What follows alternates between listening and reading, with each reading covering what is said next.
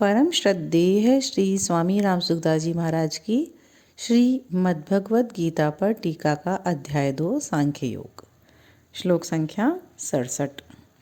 अयुक्त पुरुष की बुद्धि एक निश्चय वाली क्यों नहीं होती? इसका कारण आगे के श्लोक में बताते हैं। ओम श्री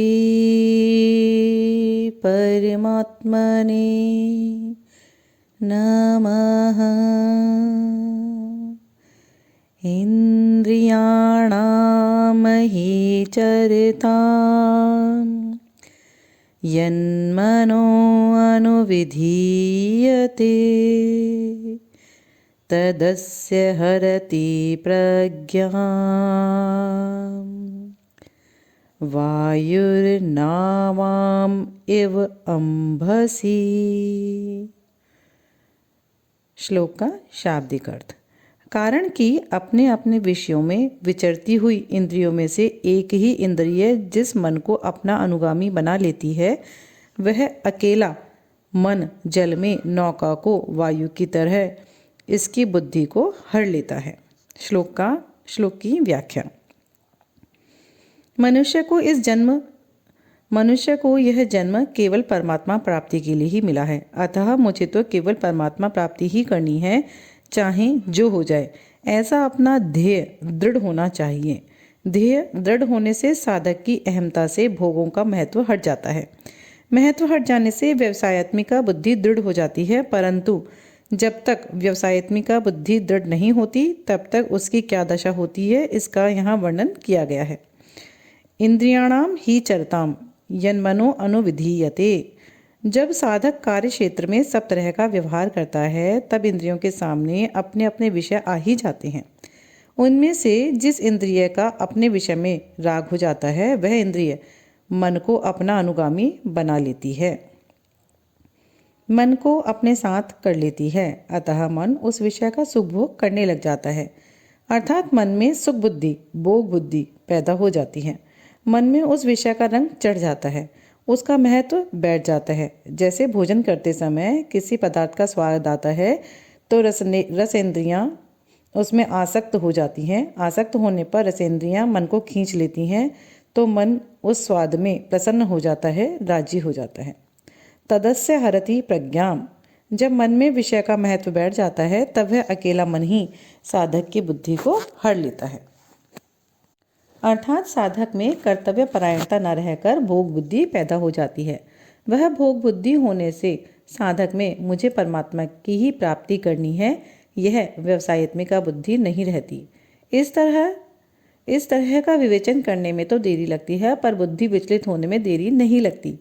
अर्थात जहाँ इंद्रियों ने मन को अपना अनुगामी बनाया कि मन में भोग बुद्धि पैदा हो जाती है और उसी समय बुद्धि मारी जाती है। वायुर्नावम इव अंभसी। यह बुद्धि किस तरह हर ली जाती है, इसका दृष्टांत रूप से समझाते हैं कि जल में चलती हुई नौका को वायु जैसे हर लेती है, ऐसे ही मन बुद्धि को हर लेता है। जैसे कोई मनुष्य नौका के द्वारा नदी या समुद्र को पार करते हुए अपने गंतव्य स्थान को जा रहा है। यदि उस समय नौका के विपरीत वायु चलती है, तो वह वायु उस नौका को गंतव्य स्थान से विपरीत ले जाती है। ऐसे ही साधक व्यवसायत्मिका बुद्धि का रूप नौका पर आरूढ़ होकर संसार सागर को पार करता हुआ परमात्मा की तरफ चलता है। तब तो वह इंद्रियां जिस मन को अपना अनुगामी बनाती हैं, वह अकेला मन ही बुद्धि रूपी नौका को हर लेता है, अर्थात उसे संसार की तरफ ले जाता है। इससे साधक की विषयों में सुख बुद्धि और उनके उपयोगी पदार्थों में महत्व बुद्धि हो जाती है। वायु नौका को दो तरह से विचलित करती है। नौका को पथभ्रष्ट कर देती है अथवा जल में डुबो देती है। परंतु कोई चतुर नाविक होता है तो वह वायु की क्रिया को अपने अनुकूल बना लेता है, जिससे वायु नौका को अपने मार्ग से अलग नहीं ले जा सकती, प्रत्युत उसको गंतव्य स्थान तक पहुंचाने में सहायता करती है। ऐसे ही इंद्रियों के अनुगामी हुआ मन बुद्धि को दो तरह से विचलित करता है। परमात्मा प्राप्ति के निश्चय को दबाकर भोग बुद्धि पैदा कर देता है, अथवा निषिद्ध भोगों में लगाकर पतन कर देता है। परंतु जिसका मन और इंद्रियां वश में होती हैं, उसकी बुद्धि को मन विचलित नहीं करता, प्रत्युत परमात्मा के पास पहुंचाने में सहायक होता है। इस श्लोक का शाब्दिक अर्थ। यहाँ शंका हो सकती है कि प्रस्तुत श्लोक में आए यत और तत् पदों से इंद्रियों को न लेकर मन को क्यों लिया गया है, अर्थात इंद्रियों को बुद्धि का हरण करने वाली न बताकर मन को बुद्धि का हरण करने वाला क्यों बताया गया है। इसका समाधान है कि इसी अध्याय के 60वें श्लोक में इंद्रियों को मन का हरण करने वाला बताया है और तीसरे अध्याय के 42वें श्लोक में इंद्रियों से मन को और मन से बुद्धि को बताया है। इससे सिद्ध होता है कि इंद्रियां मन को हरण कर लेती हैं और मन बुद्धि को हरण करता है। दूसरी बात, बुद्धि को हरने के विषय में मन ही मुख्य है, इंद्रियां नहीं। कारण कि जब तक किसी इंद्रिय के साथ मन नहीं रहता तब तक उस इंद्रिय को अपने विषय का ज्ञान नहीं होता। अधिष्ठाय मनश्चायम विषया अनुपसेवते।